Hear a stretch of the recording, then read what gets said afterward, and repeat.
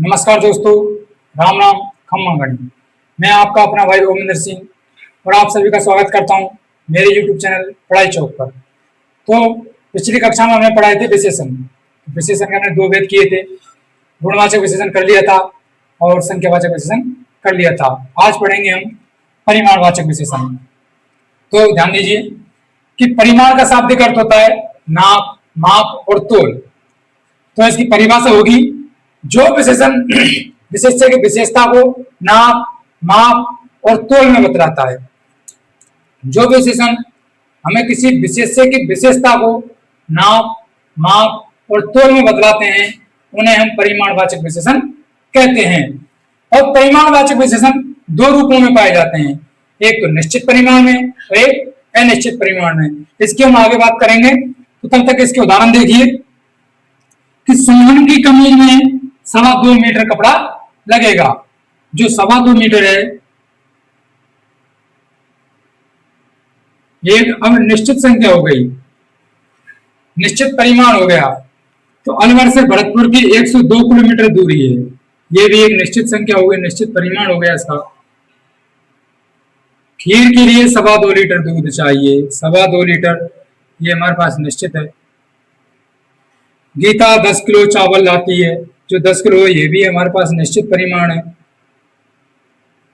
और तालाब में बहुत पानी आ गया है, तो तालाब में जो बहुत है वो हमारे पास अनिश्चित है, ये हमारे पास अनिश्चित परिमाण है।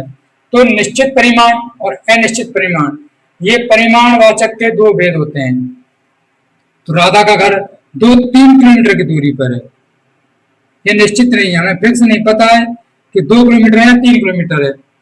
पहलवान ज्यादा खाना खाता है, तो ज्यादा ये निश्चित नहीं है। वह जीवन भर सुख भोगता रहा, तो वह जीवन भर कब तक? जीवन भर तक। तो ये है हमारे पास परिमाणवाचक के उदाहरण है। तो इससे आगे पढ़ेंगे हम। परिमाणवाचक विशेषण को दो भागों में बांटा गया है, दो भेद होते हैं इसके, एक निश्चित परिमाण होता है, एक अनिश्चित परिमाण होता है। तब तक के लिए ये उतारिए, इससे आगे और।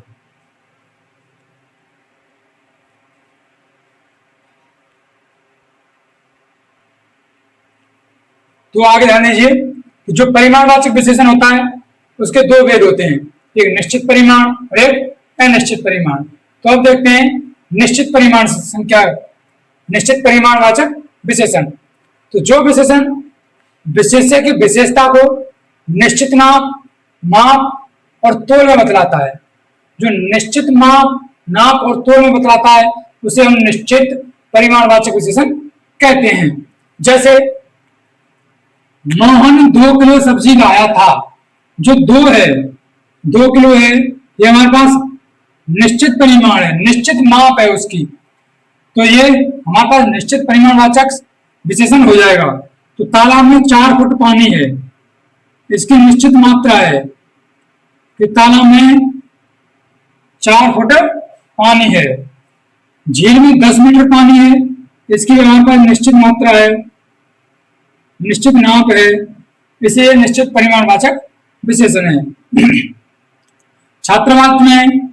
छात्रावास में 10 किलो चावल चाहिए, जो 10 किलो है, इसकी भी नाप फिक्स है, निश्चित है, इसलिए निश्चित परिमाणवाचक विशेषण है।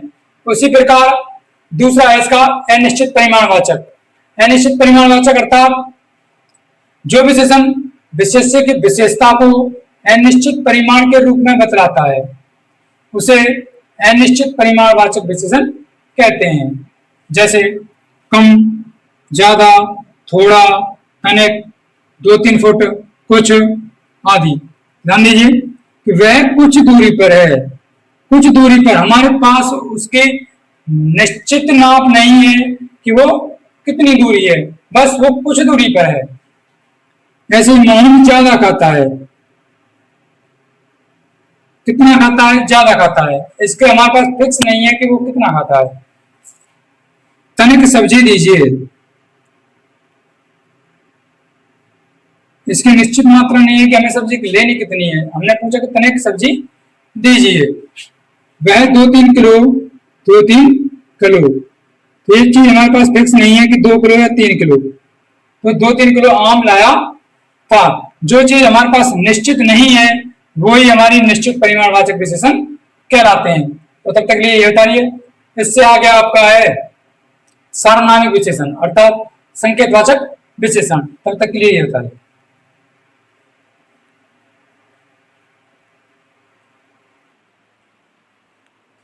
तो आगे देखिए अगला है सार्वनामिक विशेषण। इसका संधि विच्छेद करते हैं तो हम सर्वनाम धन एक। तो सर्वनाम को ही विशेषण कहा जाता है। तो इसकी परिभाषा होगी, जब कोई सर्वनाम किसी संज्ञा से पूर्व में आकर अर्थात संज्ञा से पहले आकर उस संज्ञा के बारे में सूचना देता है अर्थात जानकारी देता है, उसे हम सार्वनामिक विशेषण कहते हैं। तो ध्यान दीजिए, सार्वनामिक विशेषण को 4 रूपों में पाया जाता है। 4 रूप कौन कौन से हमारे? निश्चयवाचक संकेतवाचक विशेषण, अनिश्चयवाचक सार्वनामिक विशेषण, प्रश्नवाचक सार्वनामिक विशेषण और चौथा संबंधवाचक सार्वनामिक विशेषण। तो जैसे सार्वनामिक विशेषण का उदाहरण देख लेते हैं। तो वह लड़का गा रहा है, जो वह है यहाँ पे सर्वनाम है, ये संज्ञा से पहले आया है। और जो यह है पंखा चल रहा है, जो यह है ये सर्वनाम शब्द है और संज्ञा से अर्थात पंखे से पहले आया है और पंखे की तरफ इशारा कर रहा है कि यह पंखा चल रहा है। ऐसे ही अगला, कोई आदमी पुकार रहा है, कोई यहाँ पे सर्वनाम है, वही संज्ञा से पहले आया है, ये आदमी की तरफ इशारा कर रहा है कि कोई आदमी पुकार रहा है, उस आदमी को इशारा कर रहा है, इसलिए संकेतवाचक परिमाण संकेतवाचक विशेषण है। कौन सा? यहाँ पे सर्वनाम है और छात्र संज्ञा से पहले आया है, इसलिए संकेतवाचक है। जो यहाँ पे सर्वनाम है और संज्ञा से पहले आया है अर्थात जो लड़का कल भाग रहा था, लड़के से पहले आया है, संज्ञा से पहले आया है, तो ये सार्वनामिक विशेषण है। और सार्वनामिक विशेषण के 4 भेद होते हैं। पहला भेद है आपका निश्चयवाचक संकेतवाचक सार्वनामिक विशेषण, या तो आप इसे निश्चयवाचक कह लीजिए या आप संकेतवाचक सार्वनामिक विशेषण कह लीजिए। दूसरा आपका अनिश्चयवाचक सार्वनामिक विशेषण। तीसरा है आपका प्रश्नवाचक सार्वनामिक विशेषण। चौथा है आपका संबंधवाचक सार्वनामिक विशेषण। आगे हम इनकी परिभाषाएं देखेंगे, तब तक के लिए ये बता रही है।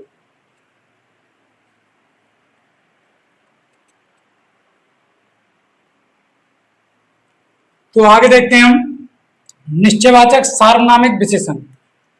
जब कोई सर्वनाम संज्ञा से पूर्व में आकर उस संज्ञा के संदर्भ में निश्चित सूचना देता है, जो संज्ञा होती है उसके संदर्भ में उसके बारे में कोई निश्चित जानकारी देता है, उसे हम निश्चयवाचक अर्थात संकेतवाचक सार्वनामिक विशेषण कहते हैं। जैसे वह पेड़ गिर रहा है, एक पेड़ के बारे में बताया गया है कि कौन सा पेड़ गिर रहा है। जो वह शब्द यहाँ पे निश्चित है और पेड़ के लिए आया है, जो पेड़ गिर रहा है उसी के लिए आया है। यह चोर भाग रहा है, जो चोर भागने वाला है उस चोर के संबंध में निश्चित बता रहा है कि ये चोर भागेगा, तो वह गायक गाना गाएगा। यहाँ पे भी जो वह शब्द है ये सर्वनाम है और उस संज्ञा के बारे में निश्चित जानकारी दे रहा है, निश्चित सूचना दे रहा है कि वो गायक गाएगा। ऐसे ही दूसरा है इसका अनिश्चयवाचक सार्वनामिक विशेषण। जो सर्वनाम किसी संज्ञा के पूर्व में आकर, संज्ञा से पहले आकर उस संज्ञा के संदर्भ में अनिश्चित सूचना देते हैं अर्थात निश्चित जानकारी नहीं देते हैं, उन्हें अनिश्चयवाचक सर्वनाम विशेषण कहते हैं। तो कोई छात्र पढ़ रहा है, कौन सा छात्र है हमें ये मालूम नहीं है, पर कोई छात्र पढ़ रहा है, तो ये अनिश्चित है। कुछ छात्र बात कर रहे हैं, कितने छात्र हैं हमें नहीं पता, यहाँ पे जो कुछ है ये अनिश्चित है। कुछ पेड़ हरे भरे हैं, कितने पेड़ हरे भरे हैं ये हमें निश्चित जानकारी नहीं है, इसलिए अनिश्चित सार्वनामिक विशेषण है। कोई आदमी आ रहा है, कौन है ये हमें नहीं पता, परंतु कोई आदमी है जो आ रहा है, ये हमें निश्चित जानकारी नहीं दे रहे हैं, इसलिए ये अनिश्चित सार्वनामिक विशेषण है। तब तक के लिए उतारिए, इससे आगे और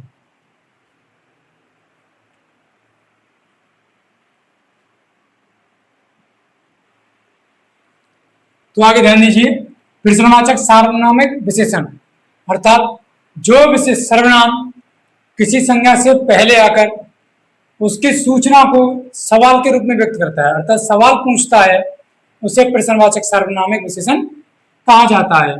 जैसे कौन सी पुस्तक पढ़नी चाहिए, इसमें प्रश्न पूछा गया है कि पुस्तक पढ़नी चाहिए वो कौन सी है, जो पुस्तक हमें पढ़नी चाहिए, तो कौन सी, इसके रूप में हमें से सवाल पूछा है। कौन सा छात्र स्कूल जाएगा, तो कौन सा के रूप में हमसे सवाल पूछा है, इसलिए ये प्रश्नवाचक सार्वनामिक विशेषण कहलाते हैं।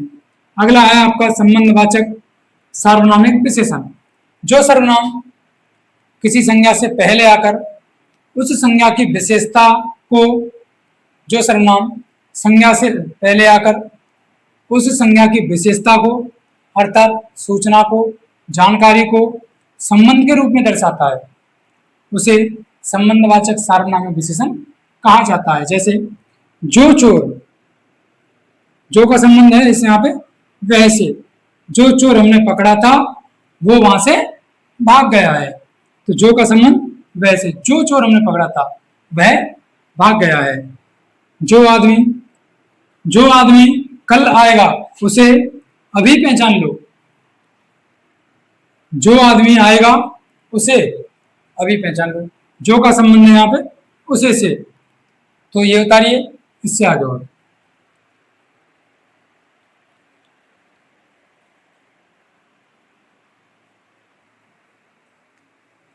तो आगे ध्यान दीजिए कि विशेषण की तुलनात्मक अवस्था। तुलनात्मक अवस्था दो संज्ञाओं या दो से अधिक संज्ञाओं में तुलना करना, दो संज्ञा या दो से अधिक संज्ञाओं में तुलना करना विशेषण की अवस्था अर्थात तुलनात्मक अवस्था कहलाती है। जब हम दो संज्ञा और दो से अधिक संज्ञाओं की तुलना करते हैं तो वो विशेषण की तुलनात्मक अवस्था कहलाती है। तो विशेषण की अवस्था मूल, उत्तर और उत्तम अवस्था के रूप में मिलती है। जैसे छात्र चालाक है, ये सरल वाक्य है इसलिए मूल अवस्था है। मोहन छात्र से चालाक है, किसी से कंपैरिजन कर रहे हैं, किसी से तुलना कर रहे हैं, इसलिए उत्तर अवस्था है। वह सबसे चालाक है, अर्थात हम सभी छात्रों से तुलना कर रहे हैं, सभी से तुलना कर रहे हैं और सभी में वो चालाक है, इसलिए उत्तम अवस्था है। तो आगे ध्यान दीजिए कि विशेषण की तीन अवस्थाएं होती हैं। एक होती है मूल अवस्था, एक होती है उत्तर अवस्था और तीसरी होती है उत्तम अवस्था। तो आगे देखते हैं मूल अवस्था, इसका संधि विच्छेद करते हैं तो मूल धन अवस्था, जहां पे मूल का अर्थ होता है वास्तविक, मूल का अर्थ होता है वास्तविक। तो विशेषण की जिस अवस्था में दो संज्ञाओं में तुलना नहीं की जाती है, तो विशेषण की जिस अवस्था में हम दो संज्ञाओं की तुलना नहीं करते हैं अर्थात विशेषण को सामान्य रूप में दर्शाते हैं, उन्हें हम मूल अवस्था कहा जाता है। जैसे उसका स्वभाव शांत है, यहाँ पर किसी से भी तुलना नहीं की गई है। अगला है वह उग्र लड़का है, यहाँ पर भी किसी से तुलना नहीं की गई है, इसलिए ये मूल अवस्था के उदाहरण है। आगे देखेंगे हम उत्तर अवस्था और उत्तम अवस्था, तब तक के लिए ये बता दें।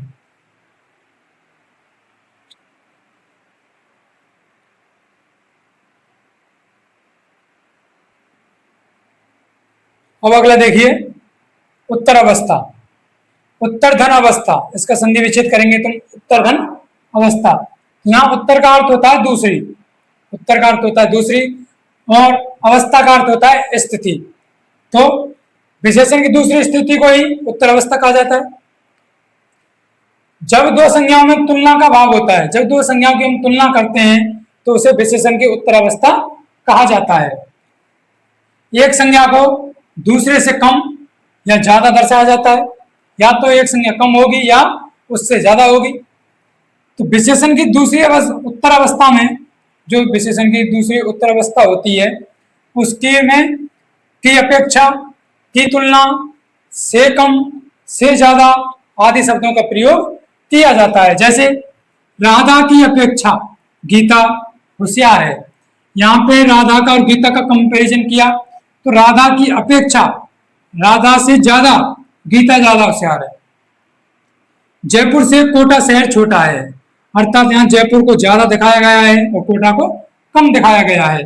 तो गीता की तुलना में सीमा चतुर है। यहाँ गीता को कम दिखाया गया है, यहाँ सीमा को ज्यादा दिखाया गया है। तो गीता की तुलना में सीमा ज्यादा चतुर है। तो तब तक के लिए उतारिए। इससे आगे है हमारा उत्तम अवस्था।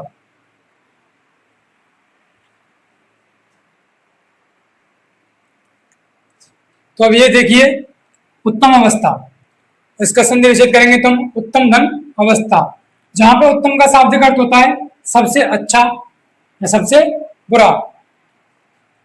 तो जब वाक्य में विशेष्य की विशेषता को दो से अधिक व्यक्ति या वस्तुओं में सबसे कम सबसे ज्यादा बतलाया जाता है, अर्थात जब किसी वाक्य में हम विशेष्य की विशेषता को दो से अधिक व्यक्ति या वस्तुओं को सबसे कम या सबसे ज्यादा बताया जाता है, उसे हम विशेषण की उत्तम अवस्था कहते हैं। तो इस अवस्था में सबसे अधिक, सबसे कम, सबसे ज्यादा और सर्वाधिक आदि शब्दों का प्रयोग किया जाता है। जैसे छात्र कक्षा में सबसे अधिक होशियार हैं, अर्थात सभी छात्राओं की तुलना में छात्र यहाँ पर सबसे ज्यादा होशियार हैं। गीता सर्वाधिक चालाक है। तो तब तक के लिए उतारिए, इससे आगे बढ़ो।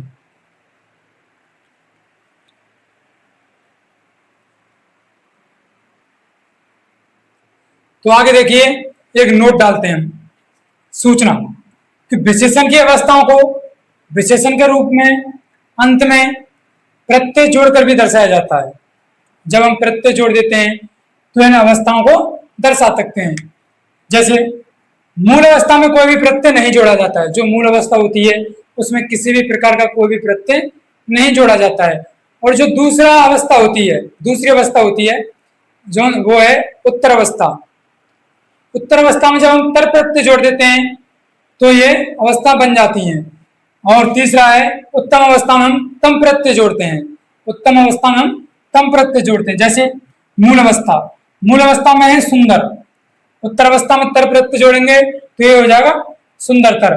उत्तम अवस्था में तम प्रत्यय जोड़ेंगे तो ये हो जाएगा सुंदरतम। दूसरा इसमें निम्न, मूल अवस्था में निम्न, दूसरी अवस्था में निम्नतर, तीसरी अवस्था में निम्नतम। यह है विस्तृत, दूसरी अवस्था विस्तृततर, तीसरी अवस्था विस्तृततम। मूल अवस्था में श्रेष्ठ, उत्तर अवस्था में श्रेष्ठतर और उत्तम अवस्था में श्रेष्ठतम। मूल अवस्था में वृहत, उत्तर अवस्था में बृहत्तर और उत्तम अवस्था में बृहत्तम। तो आज की क्लास को यहीं समाप्त करते हैं और आज आपके विशेषण भी कंप्लीट हो गए। तो आज के लिए इतना ही, तब तक के लिए बाय बाय, धन्यवाद। मिलते हैं अपनी नेक्स्ट क्लास में।